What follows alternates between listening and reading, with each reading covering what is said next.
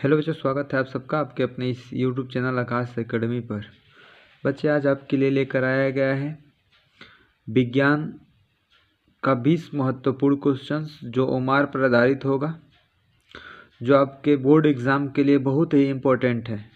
तो सभी क्वेश्चनों को एक एक करके देखा जाएगा और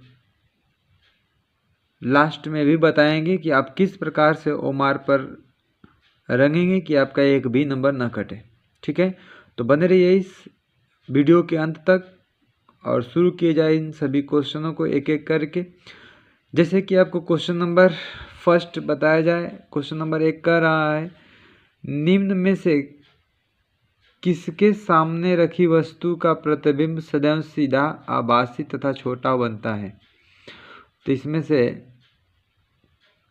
किसके सामने रखेंगे तो वस्तु का प्रतिबिंब सदैव सीधा, आभासी और छोटा बनेगा। ठीक है, तो आप ध्यान रखिएगा कि जो अवतल लेंस होता है, अवतल लेंस के सामने रखी वस्तु का प्रतिबिंब जो होगा हमेशा सीधा बनता है, आभासी बनता है और छोटा बनेगा। ठीक है, आगे क्वेश्चन नंबर अगला कर रहा है कि गोली दर्पण कांच के जिस खोखले गोले का भाग होता है उस खोखले गोले का केंद्र को कहते हैं, क्या कहते हैं उसको। तो इसमें वक्रता केंद्र कहा जाता है। क्या कहा जाता है उसको? वक्रता केंद्र कहा जाता है, आप ध्यान रखिएगा। अगला क्वेश्चन कह रहा है कि यदि कोई वस्तु एक उत्तल लेंस के सामने इकाई दूरी पर रखी गई है, ठीक है, तो लेंस से उसके प्रतिबिंब की दूरी होगी, ठीक है, 2 इकाई दूरी पर रखी गई है ना। तो उसमें क्या कर रहा है, लेंस जो है,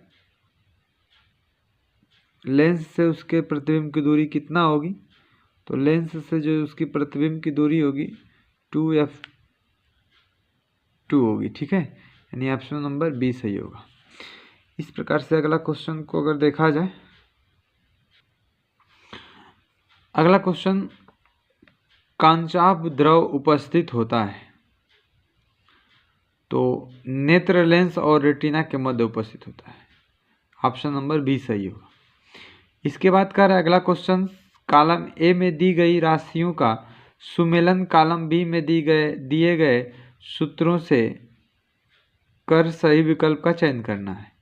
ठीक है, मतलब इसमें कौन सा किसका सूत्र है ये देख करके कौन सा विकल्प इसका सही होगा यह हमें पता करना है। ठीक है, तो चलिए देखा जाए इसमें। जैसे विद्युत धारा है, ठीक है, विद्युत धारा जो होगा बच्चे, विद्युत धारा जो होता है ये होता है Q/T। ठीक है, इस प्रकार से विद्युत विभव जो होगा, विद्युत विभव ये होता है W/Q के। ठीक है, इसके बाद विद्युत प्रतिरोध जो होता है यह होता है V/I के, और बाकी विद्युत शक्ति जो बच गया जाएगा किसमें, W/T के। ठीक है, तो ये ऑप्शन जहाँ दिख रहा है वो हमारा ऑप्शन क्या होगा, सही होगा, यानी पहला का जाएगा चौथा में। तो पहला का देखिए, ए का मतलब चौथा कहाँ है, तो केवल इसमें और डी वाला में है। दूसरा ऑप्शन देखा जाए तो बी का किस में है, तो बी का तीसरा में है, तो इसमें देखिए तीसरा में है और इसमें दूसरा में, तो ऑप्शन नंबर हमारा एक क्या होगा, सही होगा। ठीक है, ये था क्वेश्चन नंबर हमारा 5। क्वेश्चन नंबर अगला देखा जाए। अगला क्वेश्चन है, कर है किसी तार की लंबाई उसकी प्रारंभिक लंबाई की 3 गुना करने पर उसका प्रतिरोध हो जाएगा। ठीक है, तो किसकी मतलब कर है किसी तार की लंबाई उसकी प्रारंभिक लंबाई से अगर 3 गुना कर दिया जाए तो जो उसका प्रतिरोध होगा वो कितना हो जाएगा, तो 1/3 गुना हो जाएगा। ठीक है, फ्लेमिंग के बाएं हाथ के नियम के अनुसार बीच वाली अंगुली प्रदर्शित करती है, यानी कि जो बीच वाली अंगुली होती है बच्चे, यह किसको प्रदर्शित करती है, तो यह ध्यान रखिए चालक में प्रवाहित धारा की दिशा को प्रदर्शित करती है। ठीक है, इसके बाद निम्न में से यौगिक के एल्कोहलिक समूह उपस्थित है, मतलब किसमें एल्कोहलिक समूह है ये हमें पूछ रहा है, तो यह जो है इस बी वाले ऑप्शन में क्या है, अल्कोहलिक समूह उपस्थित है। अगला कर रहा है क्वेश्चन, निम्न में सजातीय युग्म है, इसमें कौन सा सजातीय युग्म है, तो इसमें सजातीय युग्म क्या होगा, HCHO CH3CHO, ठीक है। फिर अगला क्वेश्चन क्या है, अगला क्वेश्चन कह रहा है कि गुणों के आधार पर तत्वों को डॉट श्रेणियों में विभाजित किया गया है। कितने श्रेणियों में विभाजित किया गया तत्वों को गुणों के आधार पर, तो यह जो विभाजित किया गया है 3 श्रेणियों में विभाजित किया गया है, ठीक है। अगला क्वेश्चन देखा जाए अगर, अगला क्वेश्चन कह रहा है धावन सोडा का रासायनिक सूत्र है, तो धावन सोडा का जो रासायनिक सूत्र होगा यह होगा Na2CO3 × 10H2O, ठीक है। आगे क्वेश्चन कर रहा है एंटीमनी है, एंटीमनी है तो एंटीमनी क्या है, उपधातु है। अगला करा निम्नलिखित रासायनिक समीकरण को पूरा कीजिए। इस रासायनिक समीकरण को क्या करना है, पूरा करना है। तो यहाँ पर जो है कि अगर हम इसमें रख देंगे कितना CH3COOH अगर रख देंगे तो क्या जाएगा, ये पूरा हो जाएगा, ठीक है। अगला क्वेश्चन क्या कह रहा है, श्वसन तंत्र के माध्यम से अंतः श्वसन के दौरान वायु मार्ग का सही क्रम कौन सा है, ठीक है। श्वसन तंत्र के माध्यम से पूछा, अंतः श्वसन के दौरान वायु मार्ग का सबसे सही क्रम जो है यह क्या है, ठीक है।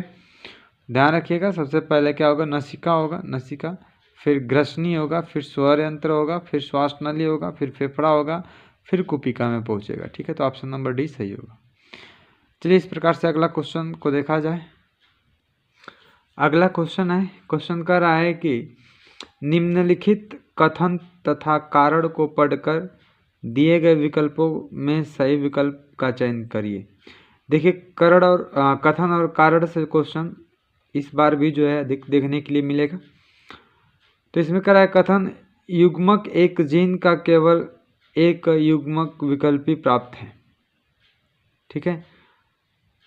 कारण कह रहा है युग्मक निर्माण के दौरान अर्धसूत्री विभाजन होता है जिससे अगुणित कोशिकाओं का निर्माण होता है। अब इसमें आपको बताना है कि इसका विकल्प कौन सा सही होगा, ठीक है। तो ये ध्यान रखिएगा, सबसे पहले आप बात करेंगे कथन और कारण दोनों सेम मिल रहे हैं कि नहीं। देखिए इसमें भी युग्मक एक जीन का केवल एक युग्मक विकल्प ही प्राप्त है।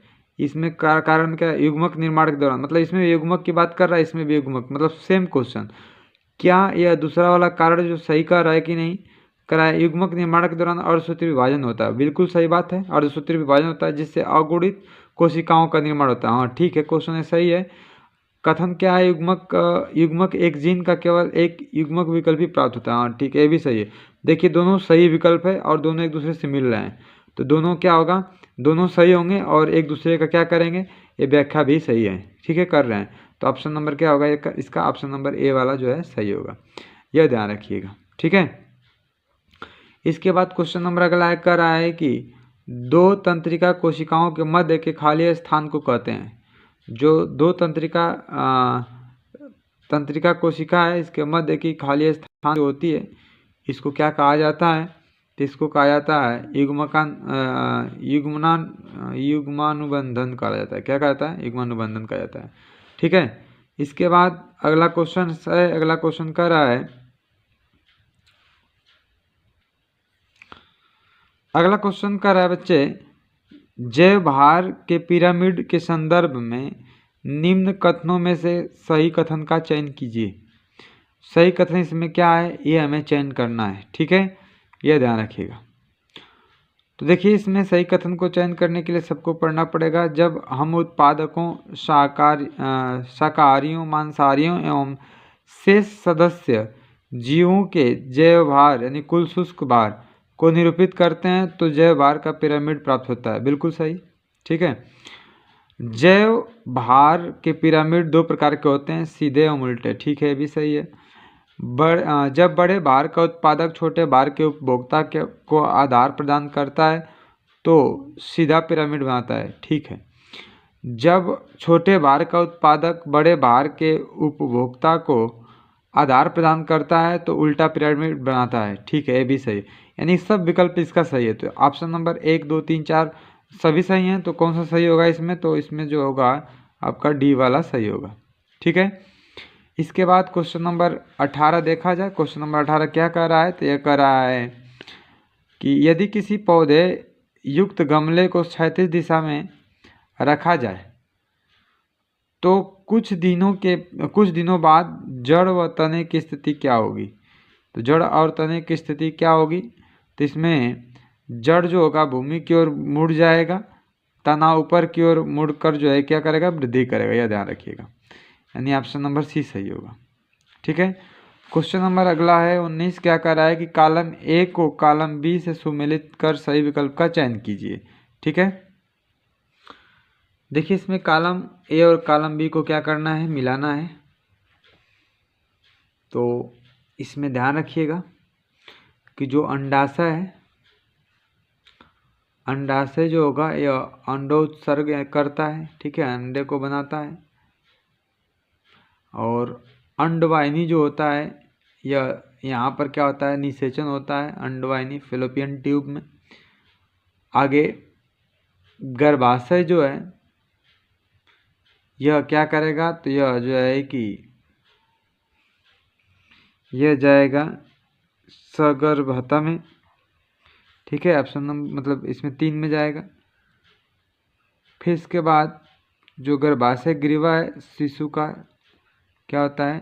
जन्म होता है वहाँ से। ठीक है, तो ऑप्शन नंबर ए जो यहाँ होगा यानी ए का जाएगा दूसरा में। तो ए का दूसरा देखिए यहाँ पर है और डी वाला में है। ठीक है, फिर अंडवाहिनी पहला में जाएगा तो पहला इसमें है, इसमें तीसरा है तो पहला वाला नहीं, ए वाला क्या होगा? सही होगा। 19 का कौन सा सही होगा? ए वाला। ठीक है, इसके बाद क्वेश्चन नंबर लास्ट है, क्वेश्चन नंबर 20। देखिए इसमें क्या कर रहा है? चित्र में ए बी और सी को क्या करना है? पहचानना है।